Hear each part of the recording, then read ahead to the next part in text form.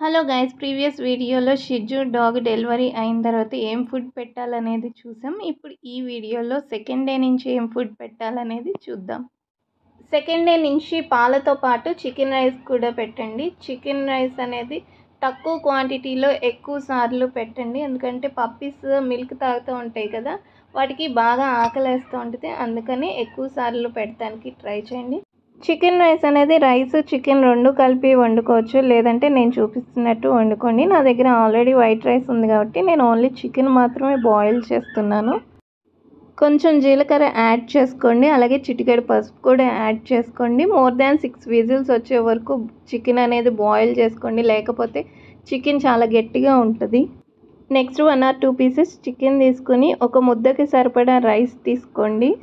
Chicken రైస్ని బాగా mix చేసేసి పెట్టండి. అంతే. నెక్స్ట్ డే ఏం పెట్టామనేది మిస్ కాకుండా చూడాలంటే నా ఛానల్కి సబ్స్క్రైబ్